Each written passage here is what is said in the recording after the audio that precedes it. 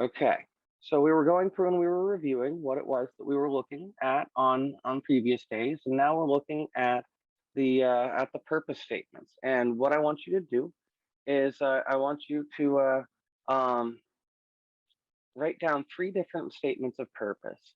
And while you're doing that, apparently I was on mute for the first portion of this call, so I want to just make sure to welcome you guys to the Style and Swagger Challenge in day three of what it is that we're doing here. On the first day, we were able to cover what your colors, what your fonts, like some of the external, really solidified pieces of your style, which help demonstrate your swagger and simplify the design process. Now we're starting to get into your qualitative brand because yesterday we focused a lot on what is your communication style? What are the sorts of verbs? What are the sorts of language that your ideal client uses? And that what we want to do right here, especially on this purpose and value statement, is you know, one, what is the purpose? How do you support your ideal client? What is some of the benefits that they gain from the work that they're doing with you? And how do you encapsulate that into your mission and goal? Um, and just write down at least three things. We're going to continue to use that further into the process. And also want to let you know that Julie Johnson had a pretty serious internet connection yesterday, and so she has re-recorded that, and we are going to release the replay for that later today. Just want to make sure to fit that in with the rest of what we were talking about. And so now I'd like you to move to the values box. So the values of your company is the connective tissue of your company. It's a part of how you and your coworkers and your clients all relate to each other. This is helping you understand your why.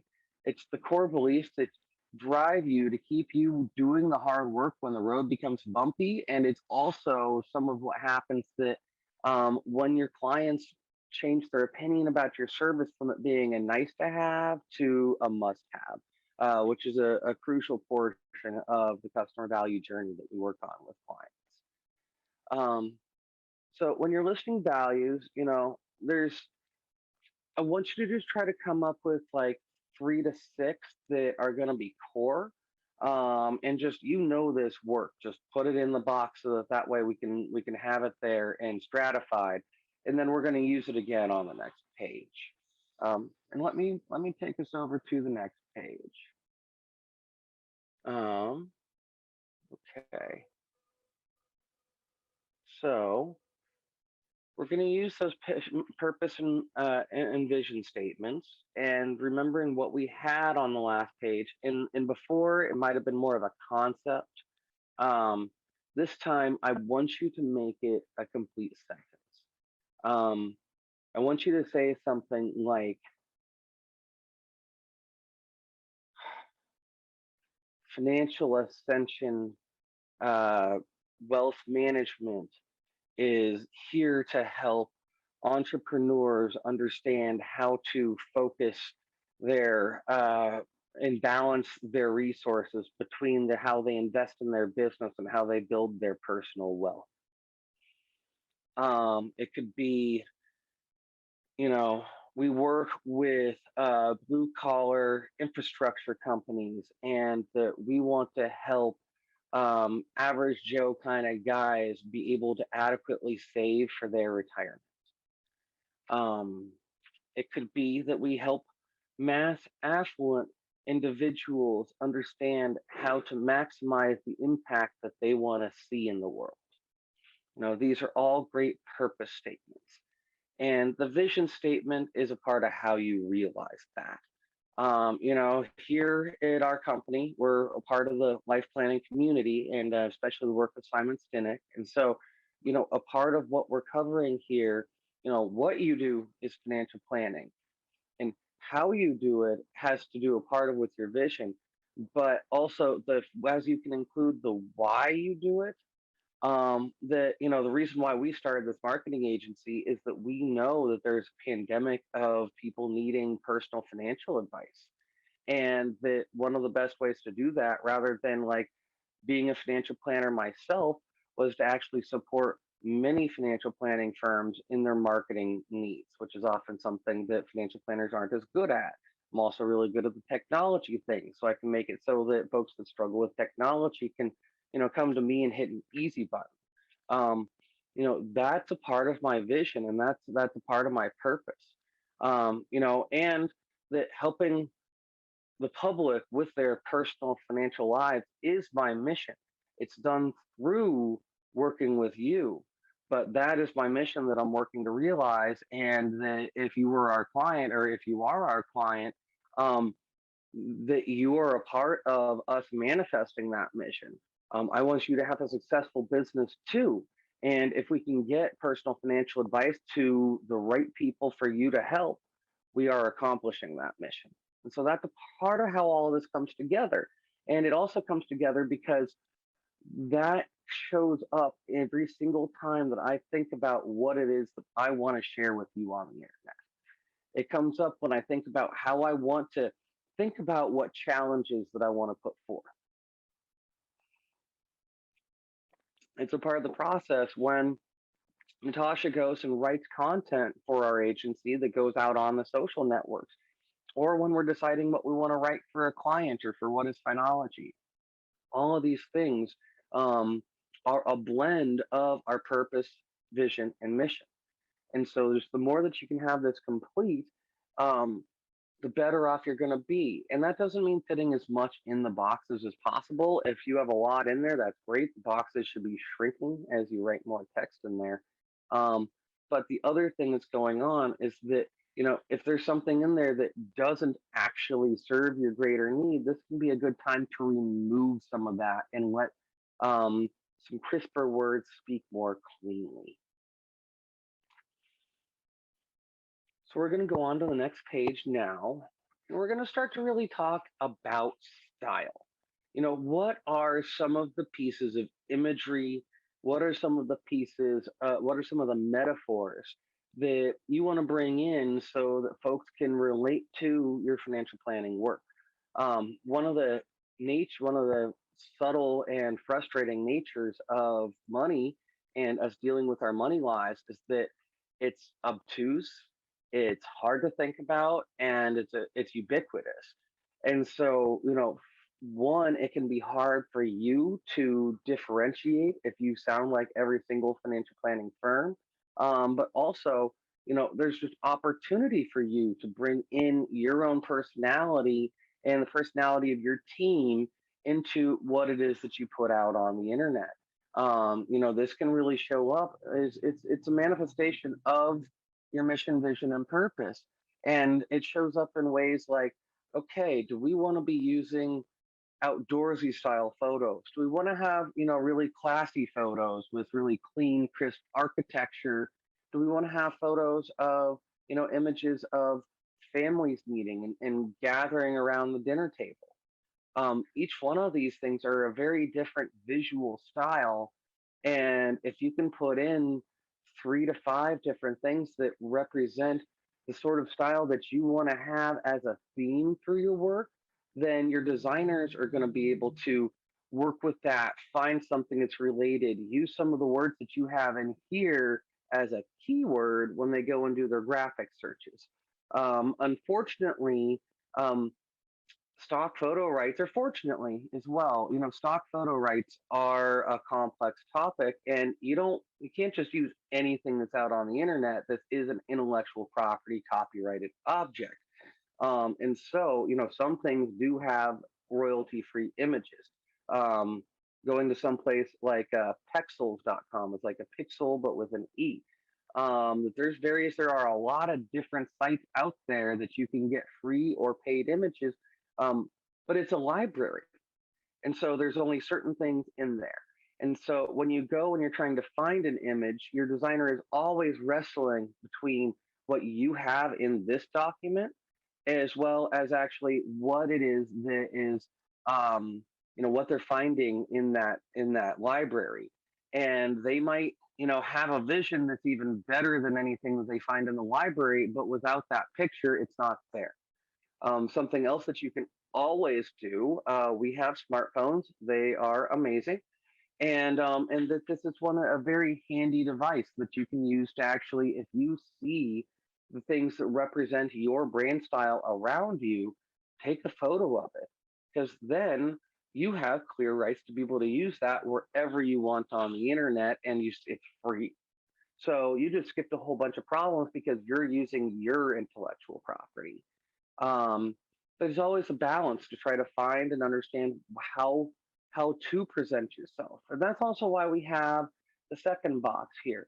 What are some things that are definitely not about your style? What you want to make sure to never see.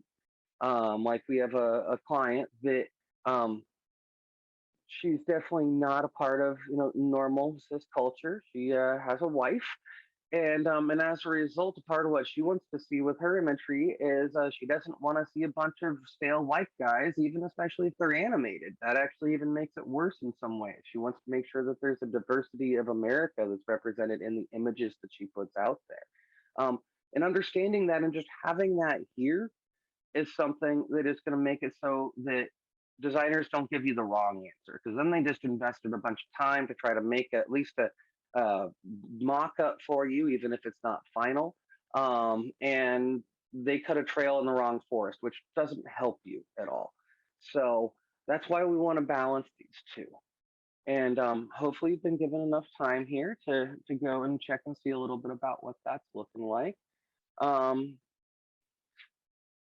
because the next page we're going to talk about is your philosophy.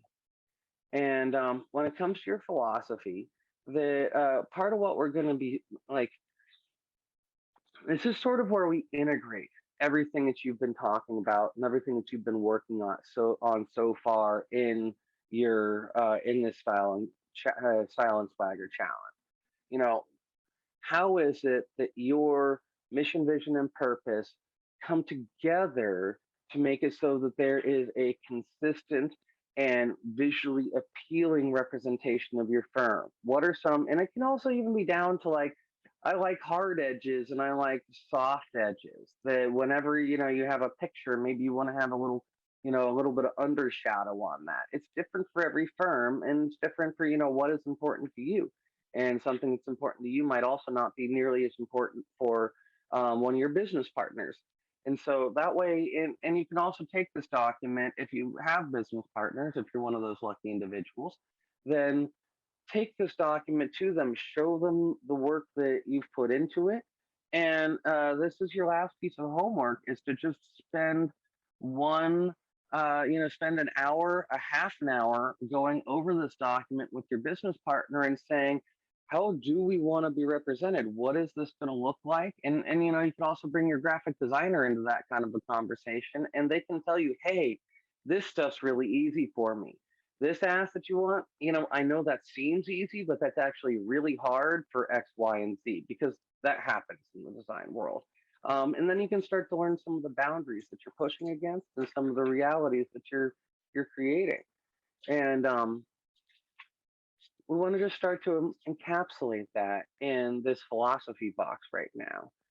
This is an expression and an explanation of why you choose to hold these values and why you have this purpose. And we want this to really be a qualitative section. That's really important. And folks, that's really a lot of this document here. And so I actually, please continue to write down things, especially I hope I inspire you while talking here a little bit. And yeah, so your swagger and your style is something that manifests each and every time that you post something on the internet. Then, and actually also as you create print materials, as you have a lunch and learn, maybe you're the kind of firm that wants to go and, drop 6 grand on a wine and cheese party somewhere in your neighborhood, and make it so that prospects come and show up. And maybe also you find out that people showed up for the wine and cheese, and actually you had zero chance of converting anybody in that process. Um, we want to give a little bit of forethought for some of the ways that, demonstrating your style is about deciding how you are going to be attractive. And then identifying your ideal client makes it that you understand who you're attracting, and you're setting your standards for in that process. And so what we want to do is start to integrate the two, and that we want to have our style be something also that doesn't ignore our bottom line. That basically with many of these different elements, the price range can go from free to sky's the limit. That you can actually take something like a cell phone, and you can actually make it so that it can record in 4K. It can record in all that high def fun that all the new TV shows are recorded in. And you can also go and buy something like it's called a gimbal, but a little thing that actually makes it so that the surface stays level regardless of where it's going, and you can actually even someone will even track you and stuff like that. You might have seen that in some of our intro videos. Um, Lighting, if you're going to be doing video, that might be something to invest in. But also, you can there are companies that serve financial planners that do everything from, a good mid 5 digit investment where they go and they make you a ton of amazing videos, and it's well worth the money. But you also have to want to invest that money. Other people, and you can listen to a lot of these folks on our podcast series. Just search 4FP in your podcast directory. All stuff will come up, and you can see different recordings we have with these folks in there. Other people have subscription services, and that they make little whiteboarding videos. And a whiteboarding video is very different than something that has multiple camera angles as you're going through your office and really showing who the firm family is. Um, You can also have where it's even just a PowerPoint video. And also just, what we're doing right now, that's a blend of you saying me on a camera and a presentation. So it's a balance between the two of these things. Each one of these are different styles of composition that are a demonstration and a part of your swagger. And that they also have very different price points, and it's about what sort of quality that you want to cultivate and how you want to be attractive, so that way your ideal client is attracted to you and comes to you. And while we're doing this, especially here at the 4FP agency, that we use a process that's actually based on the stages of intimacy. A work of a guy named Desmond Morris, who looked at humans as a from a zoological perspective. What is the mating dance that these weird little bipedal creatures do, even though he is one of them, and he found 12 steps. As we go from not ever having heard of somebody to, well, he's talking about human intimacy, so let's just say it ends in baby making. And we actually, in our process, don't include those last 4 steps because we don't need that in business. But what we do need is to acknowledge that there is a natural process that humans go through, and how we kick the tires, test, evaluate each other.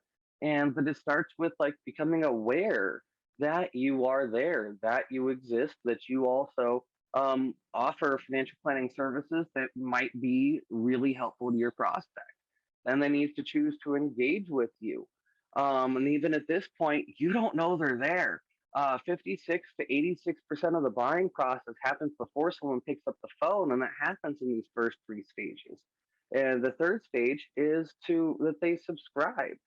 Maybe that's that you have some quiz or white paper or some other download that makes it so that they actually come to you, that they come off the wall a little bit, and then they actually can be a part of your email list. There's also where Facebook pixels are very helpful in understanding how to actually pick up that conversation again, and how you're going to have that conversation with them is what I want you to be thinking about right now in regards to your style. Um, so, folks, your prospects become aware of you, then they start to engage with you, and then they subscribe in some way, shape, or form. And that might be just that they like to read your blog. It might be that they follow your page on Facebook or your company on LinkedIn. But there's some way that they've moved into that subscription portion, which helps them uh, become closer to you and continue to get the information that they need to decide if they know, like, and trust you. So that's a part of why we do all of this, because what happens after that is the folks come in and they begin to convert, but they're not going to put all the eggs in your basket. They're still getting to know you. They don't, all of these, the ways that you're demonstrating your style and your swagger are going to be a part of how they decide to know, like, and trust you. And then they'll start with just a little something. We call it a quick win. And when you have that quick win, maybe it's just having them give their time and get value from the work that you're sharing. A good example here actually is a webinar or a challenge.